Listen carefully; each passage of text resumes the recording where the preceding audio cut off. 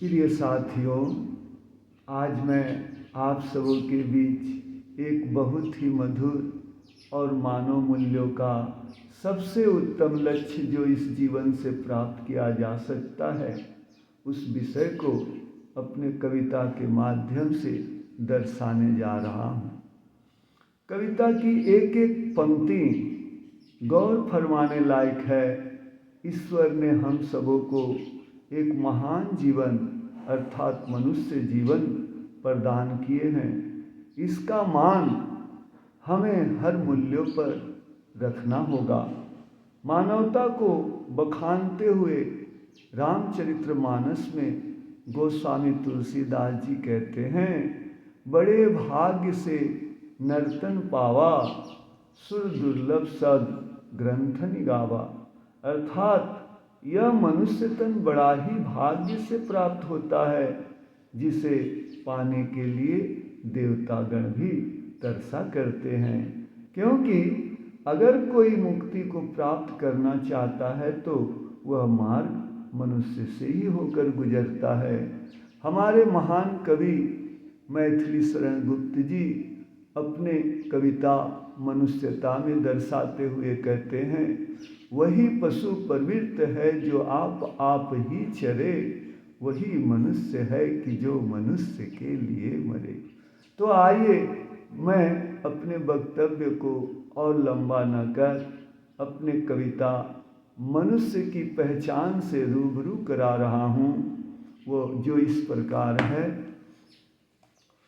मनुष्य तन मिला न मान रख सका मनुष्य का, अज्ञानता घना यहाँ जले जो दीप सत्य का।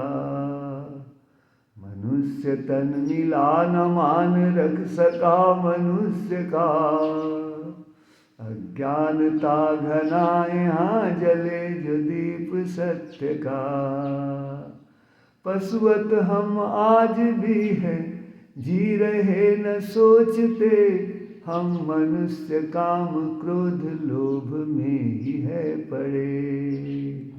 द्वंद में पड़ा पड़ा अमूल्य पल को खो रहा, हो न जो संकल्प तो ये काम कैसे हो बड़ा।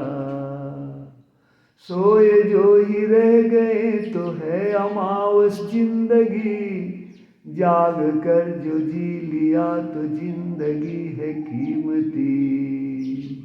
सोए जो ही रह गए तो है अमावस जिंदगी, जाग कर जो जी लिया तो जिंदगी है कीमती। है दसों दिशा तुम्हारी, है आयाम और भी, चेत कर जो न चलो तो मुश्किलें भी है बड़ी। बंधनों को तोड़ अपना उठ खड़ा हो अब चलो, बढ़ के रास्ते में आगे मुड़ के न पीछे लखो। और से मैं और जागूं जिंदगी को ढूंढता, मैं मनुष्य बन सकूं यह होश को तराशता। और से मैं और जागूं जिंदगी को ढूंढता, मैं मनुष्य बन सकूं यह होश को तराशता। फिर मिले या ना मिले मनुष्य तन न जानता, इसलिए तो देव भी मानव का रूप चाहता। तन वही मानव का जो भगवान का दर्शन करे, कर सके वह काम मानो मान अपना रख सके। तन वही मानव का जो भगवान का दर्शन करे, कर सके वह काम मानो मान अपना रख सके। तो अगर यह मेरा कविता आप लोगों को पसंद हुआ हो तो तहे दिल से लाइक कर दीजिए, शेयर कर दीजिए, सब्सक्राइब कर दीजिए। धन्यवाद आपका धीरज जी। फिर मिलेंगे अगले वीडियो में। नमस्कार।